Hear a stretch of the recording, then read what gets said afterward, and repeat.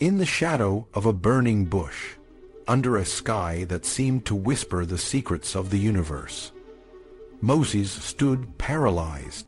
The voice that called out to him was unlike anything he had ever heard. It was not a mere sound but a force, a presence that shook the very foundations of his being. "Moses, Moses," it echoed, and the ground beneath his feet trembled. This was no ordinary encounter. It was the beginning of a journey that would change the course of history. Moses, a man who had fled Egypt in fear, now found himself face to face with a God who demanded his return. The task was monumental: to lead a people out of slavery and into freedom. But Moses was not a hero by any conventional measure. He was a man with doubts, fears, and a stutter that made him question his own worth. Yet, it was precisely these flaws that made him the perfect vessel for a divine mission.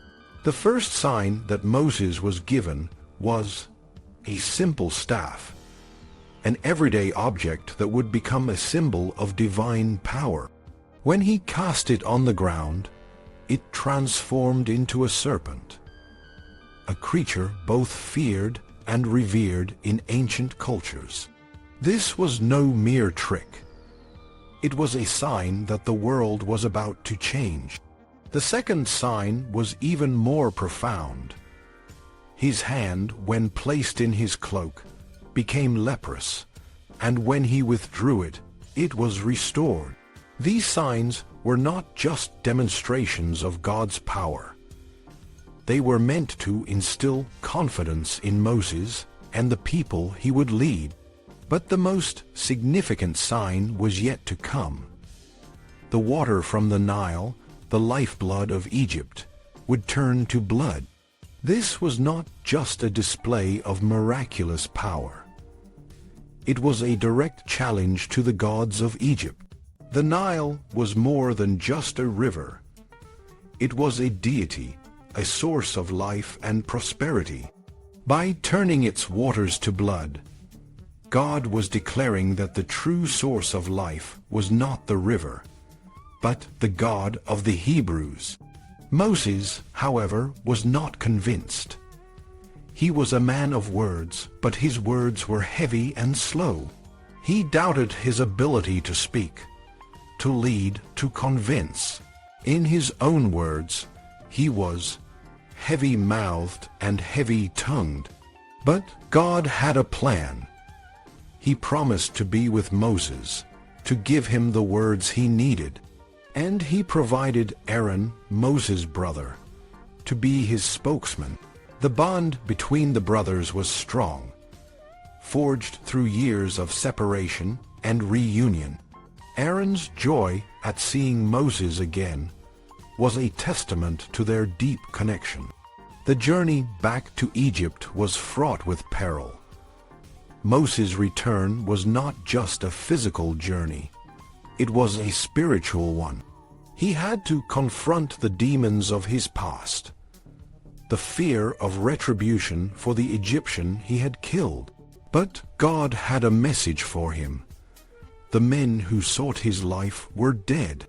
This was a sign that the past could be overcome, that the future was not dictated by past mistakes, but by the choices one made in the present. The first encounter with Pharaoh was a test of wills. Pharaoh, the ruler of Egypt, was a man of immense power and pride. He rejected Moses' demands, dismissing them as the ravings of a madman. But God was not deterred.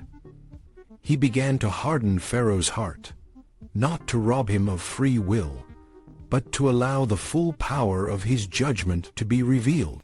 The plagues that followed were not random acts of destruction. They were carefully crafted to demonstrate the impotence of the Egyptian gods and the supremacy of the God of the Hebrews.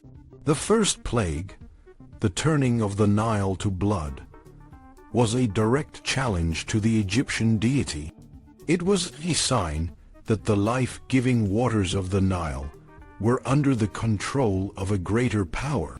The subsequent plagues, frogs, lice, flies, diseased livestock, boils, hail, locusts, and darkness, each targeted a different aspect of Egyptian life and worship.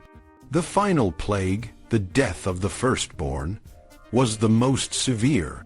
It was a measure for measured justice, a response to Pharaoh's own attempts to destroy the Hebrews. But before the final plague, there was a haunting and enigmatic episode. On the way to Egypt, the Lord sought to kill Moses. This moment, shrouded in mystery, is a reminder that even the chosen ones are not immune to divine judgment. It was Zipporah, Moses' wife, who saved him by performing a circumcision on their son. This act, rooted in ancient traditions, served as a kind of blood sacrifice, a way to appease the wrath of the deity. It was a stark reminder that the journey to freedom was not just a physical one, but a spiritual one, a journey of purification and redemption. The story of the Exodus is a story of liberation, but it is also a story of transformation. Moses, from a man of doubts and fears, became a leader of a nation. The Hebrews, from a people of slavery, became a people of freedom. The journey out of Egypt was not easy. It was marked by trials and tribulations. But it was a journey that changed the world. The burning bush was not just a sign of divine presence. It was a call to action. It was a reminder that even in the darkest of times, there is a spark of hope that can ignite a revolution. Moses' journey from the burning bush to the promised land is a testament to the power of faith, the strength of courage, and the enduring hope that lies within every human heart.